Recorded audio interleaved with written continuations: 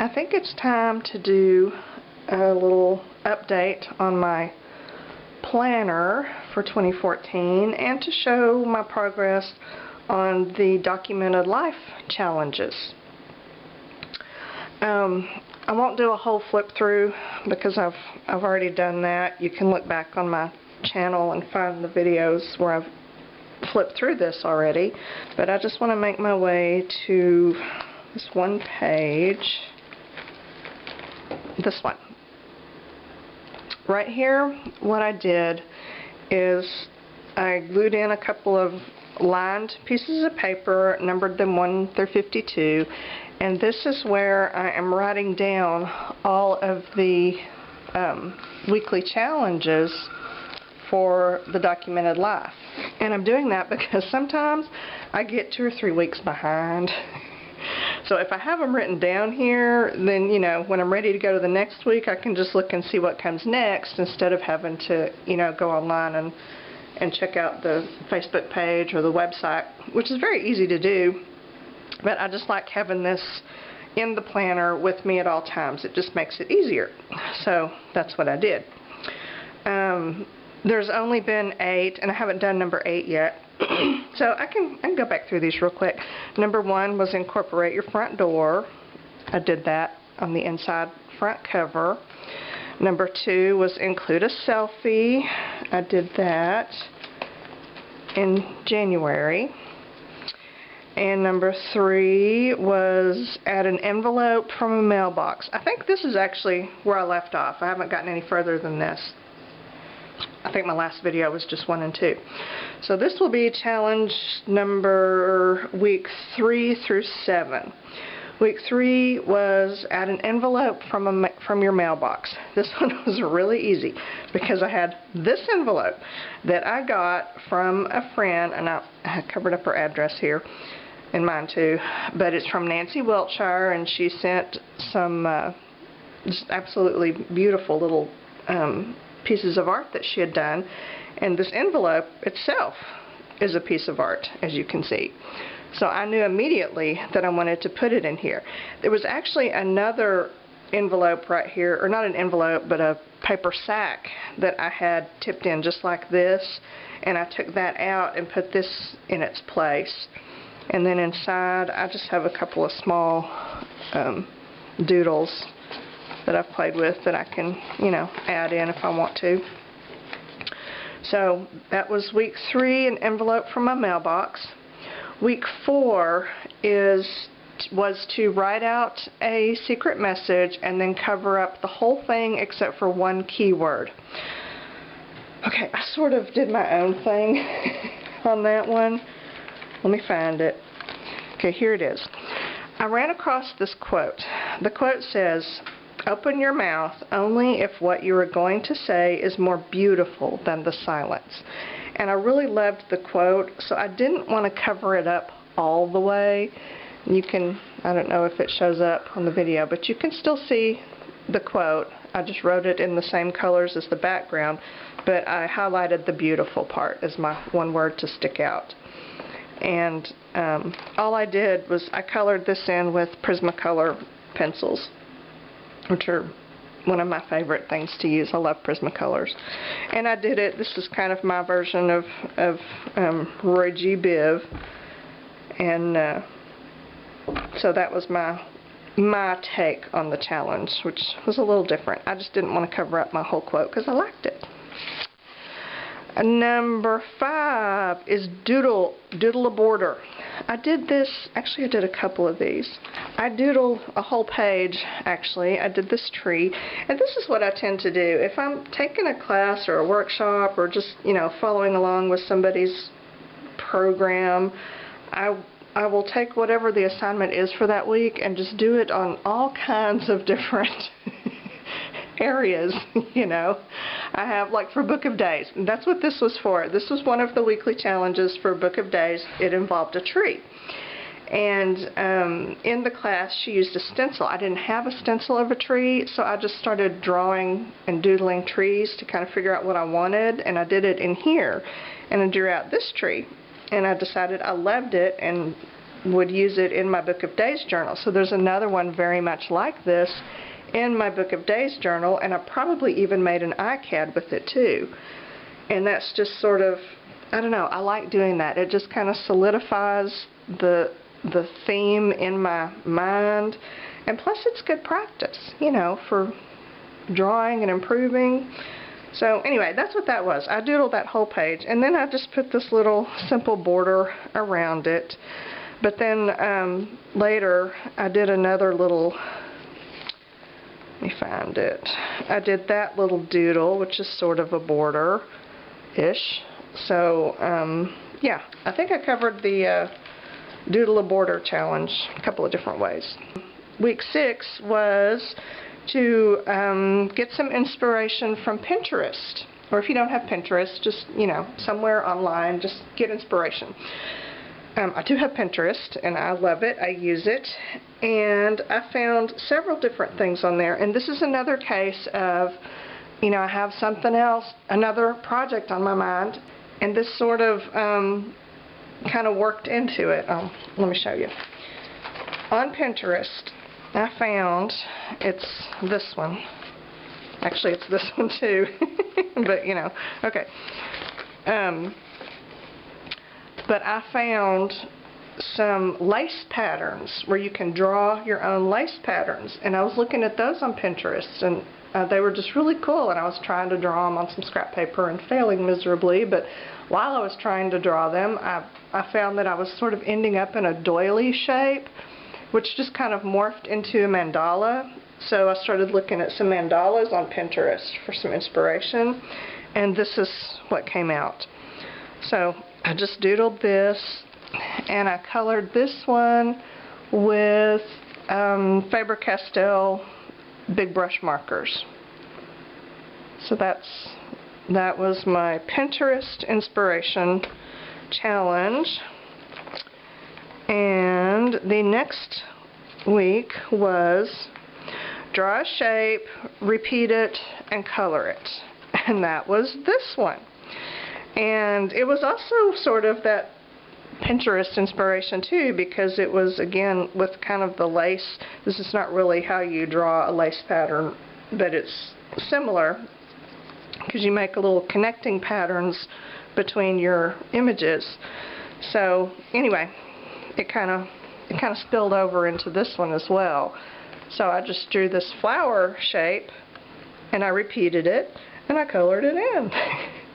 And I colored it with, again, with some Prismacolors, and then I added some the Faber-Castell markers also. So that's where I am with that one. And I think, is that as far as I got? Where's my list? Yeah, the next one is to add a flap. And I already have all kinds of flaps in here, but I think I'll add another one because, you know, flaps are fun. So that's where I am with the documented life. And I don't think I have, oh wait, I wanted to show you this one thing because I have made one change. This envelope that lives in here, I doodled on it just the other day. And I'm really just kind of loving this doodle look. This one, I will put a link in the video description because I just outright stole this from a YouTube video that I saw from Creations CeeCee, C-E-E-C-E-E. And she just does some of the cutest, whimsical doodles. They're just precious. I love them. So I started trying to copy her style. And she did the little hearts, you know, dripping from the clouds. And she does use a lot of cross-hatching, which I don't normally use. So anyway, that's what I did on that envelope. And then just colored it in with the same Faber-Castell markers. So that is something new and different. And then I also added a page back here.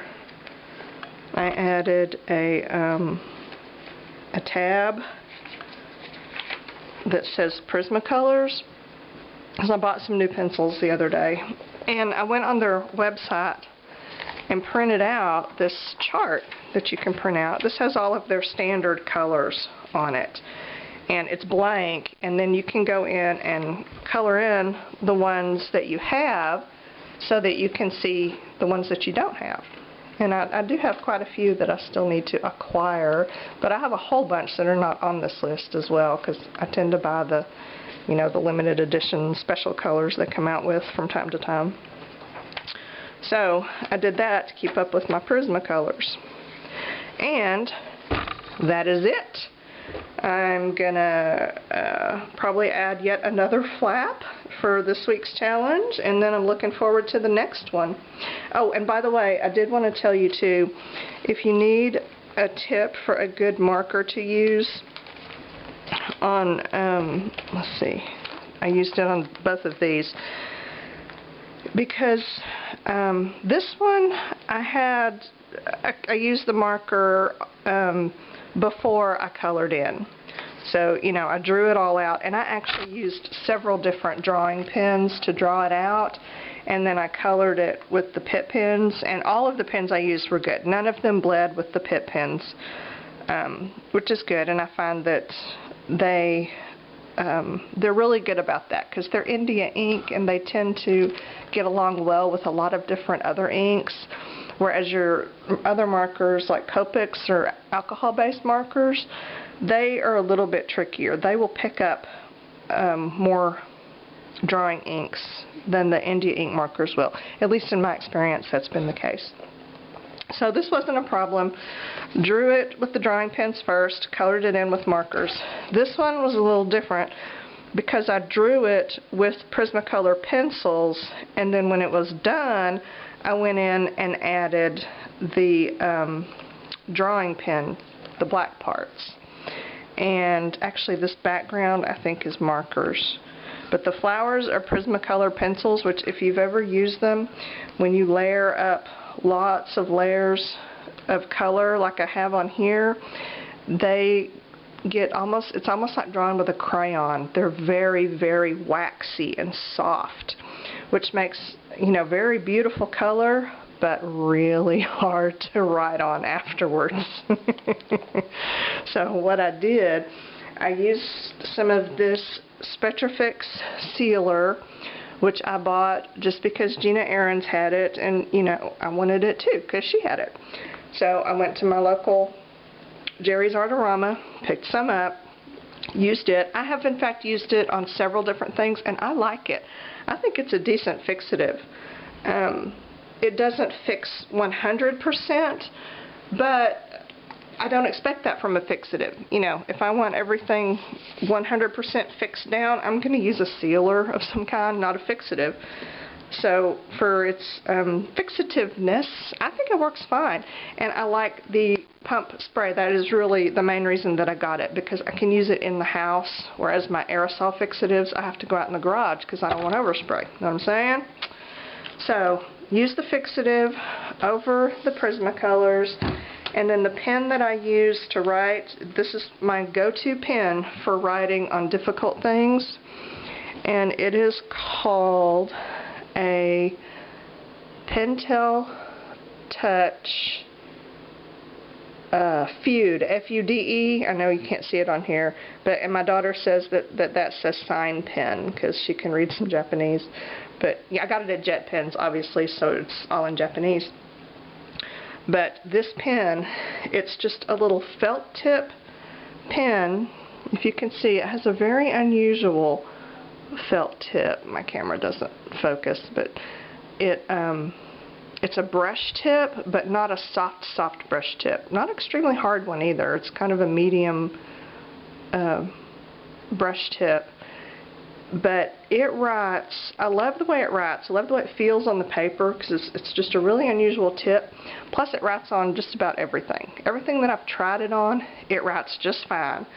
It, you know, it is like a felt tip marker, so it goes on wet, and it might take a minute to dry. So, you know, if you're writing on some really slick surface, you have to be careful not to smudge it for a couple of seconds until it dries. But once it dries, it's in there good. You can see that it left some nice, really fine lines on this waxy Prismacolor pencil background. So it works really well. I like this. And it's like $2.50 from Jet Pens. And it lasts a good long while too. I mean, it has, the last batch of pens that I bought, several of the other ones have run out and this one has not. So, you know, it's lasted longer than some of my other good drawing pens. So for a couple of bucks, for a pen that writes well on a variety of different surfaces, you know, I like this one. I've not tested it on absolutely everything, so, you know, results may vary, but it's a good pen. And with Jet Pens, I think if you order over, I don't know, $20 or $30, shipping is free, and I never have a problem ordering at least that much. They have great gel pens too. So yeah, you can fill up your cart pretty darn fast over there. So there's an idea for that. And that is all that I have. I will probably wait another week or two and then do another video and show you more of the documented life challenges. And I hope that you'll visit the Facebook group and join up over there, because it's free and it's fun, and I love looking through what everybody is doing because there's just a lot of inspiration there. Okay, that's it for now. The end.